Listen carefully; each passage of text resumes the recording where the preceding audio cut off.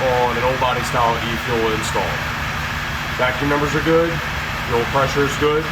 It's also passing between a half a gallon and 1 gallon per minute of fuel into the return into a bucket, like during our bucket test, setup test, whatever you want to call it. Customer states that the vehicle runs rough or fails to start or lopes or does anything like that at all.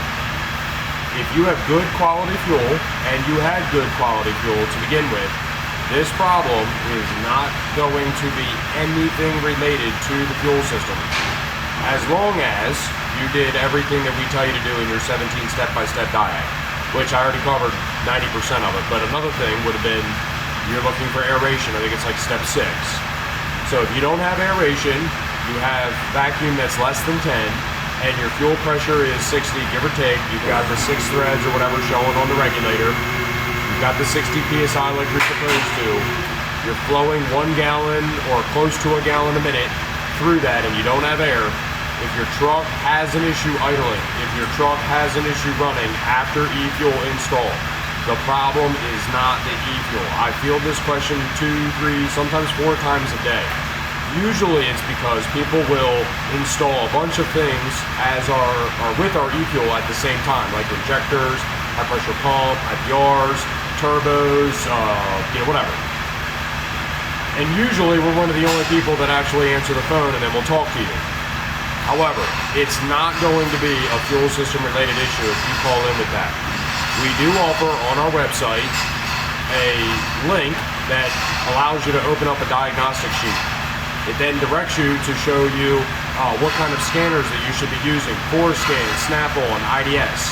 We offer a rental on Snap-on scanner if you don't have one, but we also link you to the Forescan stuff if you need it. Long story short, most of the time it has to do with the wiring to the IPR as to the reason why the truck struggles to start, struggles to stay running, struggles to idle properly. It can make it chug, it can make it shut off, it can make it idle high, whatever.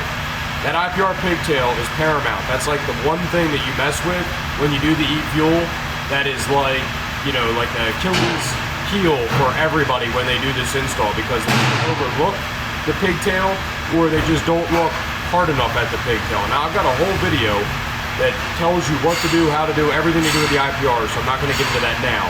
But long story short, if these are your symptoms and everything I just said about the fuel system is accurate, it's not a fuel system problem. This is going to be something else. We're more than happy to help. We're more than happy to supply you with other parts besides just our fuel system. But I would say, not just most of the time, I would say like 98% of the time, after you install a fuel system, if you follow our instructions and you had developed a crank no start, a rough running, a crank start shuts off, anything like that, it's going to be probably something to do with your IPR pigtail, your IPR something with their high pressure system, or some other wiring underneath of the hood that you messed with whenever you were doing the install. So hopefully that clears up the question that I get asked multiple times a week. Maybe we could just send this video out and people will be able to see this and maybe possibly get their problems fixed. You need something, give us a call and let us know.